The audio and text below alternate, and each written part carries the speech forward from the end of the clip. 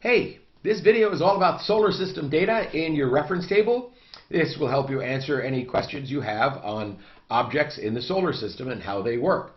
So we list the planets in order from the sun. We have sun data here too. So Mercury, Venus, Earth, and Mars.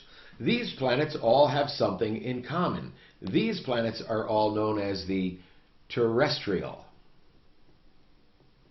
These are all terrestrial planets. All right? Jupiter, Saturn, Uranus, and Neptune are the Jovian planets, the gas giants. So the planets clearly fall out into two very separate groups. There's nothing to land on in these planets like you could in these planets. In any of these planets, we can land on the surface. In all of these planets, there's simply no surface to land on. All right? And we'll talk about the Earth's moon in a moment as well. So let's look at what data we have here. For the sun, the first data we would have is that the period of rotation at the equator takes the sun about 27 days to go around one time. All right? Almost a month for the sun to turn around one time. And here you have the equatorial diameter of the sun. Compare that to the other planets and you realize the sun is huge, absolutely huge. When you compare the mass to any of the other planets, you realize pretty much all of the mass to talk about is in the sun. This is not enough mass to talk about. The only other sort of massive object is Jupiter. If you added up the mass of all the other planets, it still isn't even half of the mass of Jupiter. And look at Jupiter compared to the sun. So most of the mass is in the sun. Tiny bit of mass left over is in Jupiter. It's not even worth mentioning the tiny bit of mass left in the other planets. But of the terrestrial planets, notice Earth is the most massive. We're all comparing these masses to Earth. So Earth, of course, is 1. Look at Mars. Mars has a mass of 1/10 of the Earth. Venus has a mass most similar to the Earth of all the other planets. Mercury, of course, is quite a tiny planet. Here we have the density. Now notice that the density of the sun is more similar to the density of the gas giants than it is any of the terrestrial planets. The other thing to notice here is that when we look at the terrestrial planets, remember that like granite has a density of 3 grams per cubic centimeter? Well, these planets all have a higher density than that. So are they made of a more dense rock than granite? The idea is no.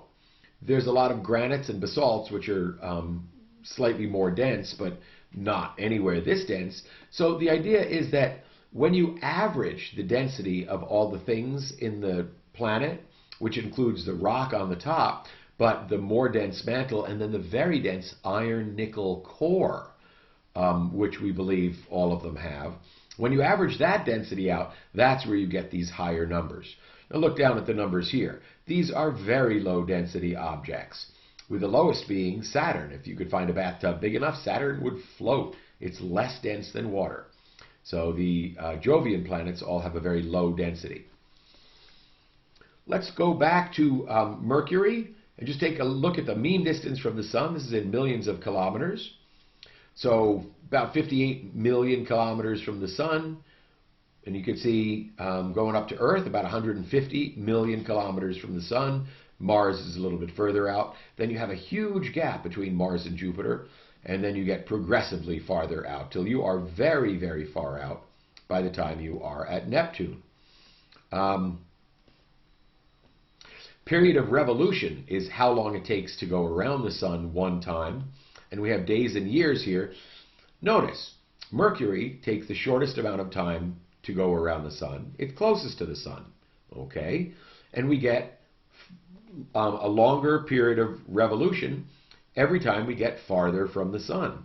And that goes with the general rule of how fast a planet is going has to do with how close it is to the sun. So here we're moving very fast and we get quite pokey as we're getting to the outer parts of the solar system. The sun simply is not pulling on these folks quite as hard, so they don't go as fast. Period of rotation at the equator, this shows you how long a day is.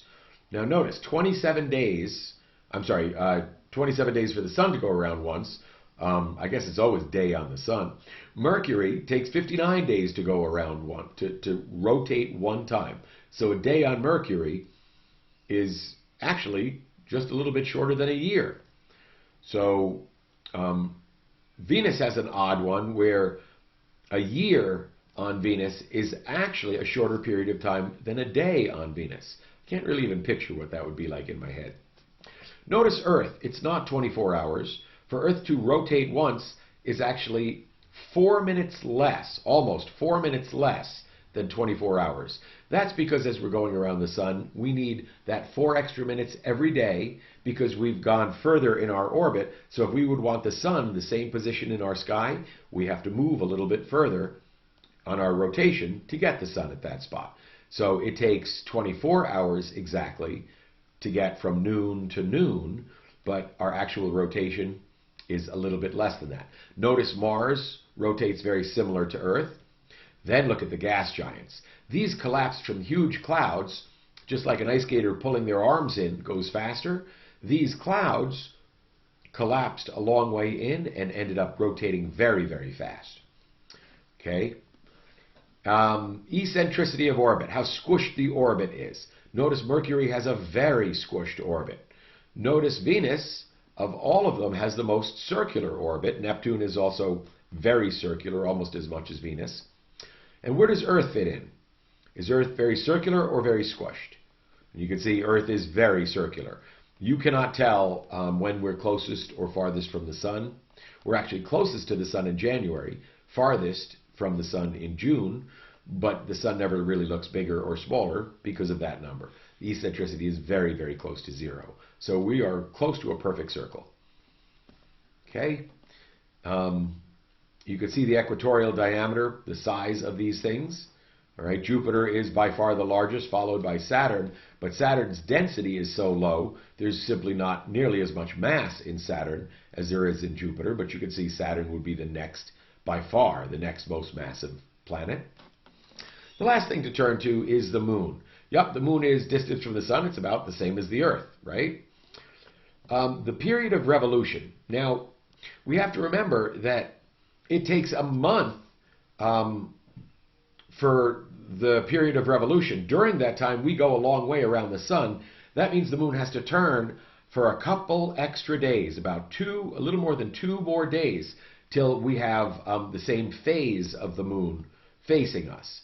So while it takes 27.3 days for the moon actually to rotate once, for us to get to the next phase from full moon to full moon is actually 29.5 days. And that is roughly the period of time we call a moonth, or a month. It is named after how long about it takes the moon to go around us one time. So full moon to full moon is 29.5 days, even though the actual rotation is only 27.3 days. You can see the moon is a little eccentric, sometimes a little bit bigger, sometimes a little bit smaller, but not very eccentric. You see the equatorial diameter is quite large compared to the Earth. It's much larger than any other moon we have seen compared to its planet. So these are really considered sister planets more than anything else. But the mass, the mass is only 1/100th as much as the Earth. And the density is actually very close to regular rock. The moon is thought to have a very small core. And that is how you read the solar system data on your reference table.